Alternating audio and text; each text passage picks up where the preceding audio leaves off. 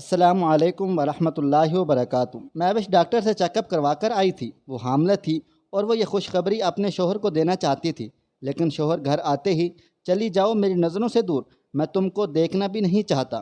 وسیم اپنی بیوی کو گالیاں دے رہا تھا۔ وہ بیوی جو قرآن کی حافظہ تھی، تم سے شادی کرنا میری زندگی کی سب سے بڑی غلطی تھی۔ میں پاگل تھا جو تم سے شادی کی تھی۔ مہوش نے کہا، وسیم ہوا کیا ہے میری جان؟ وسیم نے کہا، بس خدا کے لیے معاف کرو مجھے تم۔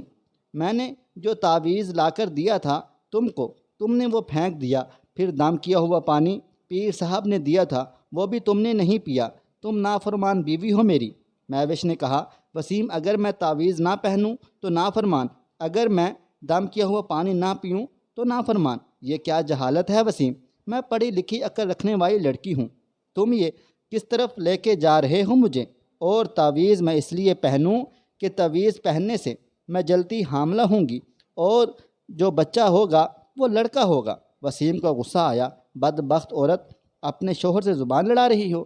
ارے او بدبخت، اس سے پہلے کہ میں کچھ کر بیٹھوں اٹھ اور نکل جا میرے گھر سے۔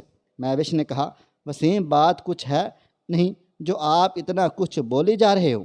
وسیم نے کہا، میں تعویذ چھوڑ کر زہر بھی لا کر دوں تم کو میرے تابع ہونا چاہیے، میں شوہر ہوں تمہارا، سمجھی؟ مہوش نے کہا، وسیم میری جان، لیکن آپ حق پہ نہیں ہیں نا؟ دم کیا ہوا پانی مجھے لڑکا دے گا؟ وسیم نے تھپڑ مارا، بالوں سے گھسیٹتے ہوئے مہوش کو گھر سے باہر نکال دیا۔ کافر عورت، چلی جاؤ میرے گھر سے۔ وہ حافظہ اٹھی، آنسو صاف کرنے لگی۔ وسیم آپ غلط کر رہے ہیں، آپ کس زمانے میں جی رہے ہیں؟ کیوں کر رہے ہو ایسا؟ میری بات تو سن لو۔ سارا ملہ اکٹھا ہو چکا تھا۔ مہوش زاروں قطار رو رہی تھی۔ وسیم دیکھو، میں تم سے کچھ کہنا چاہتی ہوں، میری بات تو سن لو۔ وسیم نے پیر صاحب کو فون کیا، بابا مرشد، میری گستاخ بیوی نے وہ دم کیا ہوا پانی پھینک دیا، میں اسے طلاق دے دوں گا۔ مرشد بابا نے کہا، پتر یہ غلط ہے، وہ نہیں پینا چاہتی، پانی تو نہ پیے، تم اس کو میرے پاس لے کر آؤ، میں چلا کروں گا اس کے نام کا۔ وسیم نے کہا، بس مرشد جی، طلاق دوں گا اس بدبخت کو۔ مہوش 2 مہینے کی حاملہ، چہرے پہ شوہر کی بے دردی کے زخم لیے بوڑھے ماں باپ کے در پہ جا بیٹھی۔ ماں نے سینے سے لگایا، ہائے رے، میری شہزادی پہ کیا ظلم ڈھایا ظالم انسان نے۔ باپ کمرے میں بیٹھا، ماں بیٹی کی باتیں سن رہا تھا۔ وہ دن یاد کر رہا تھا جب مہوش دنیا میں آئی تھی، کتنی خوشیاں منائی گئی تھیں بیٹی کی پیدائش پہ، اور کوئی ظالم بیٹی کو کلمے پڑھ کر خدا کو گواہ بنا کر لے گیا تھا اور ظلم ڈھانے لگا تھا۔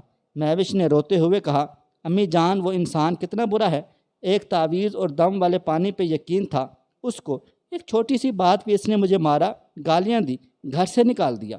ماں نے کہا، میری بچی صبر کر، اللہ تعالیٰ بہتر کرے گا۔ سب نے وسیم کو سمجھایا، مہوش ماں بننے والی ہے، گھر کی بات ہے، مسئلہ سلجھا لو، کیوں بات کو بڑھانا؟ لیکن وسیم نے ایک عجیب شرط رکھی۔ اس نے اپنی جہالت کو یوں بیان کیا کہ مہوش کو میرے ساتھ جا کر میرو پیرو مرشد کے ہاتھوں بیعت کرنا ہوگا۔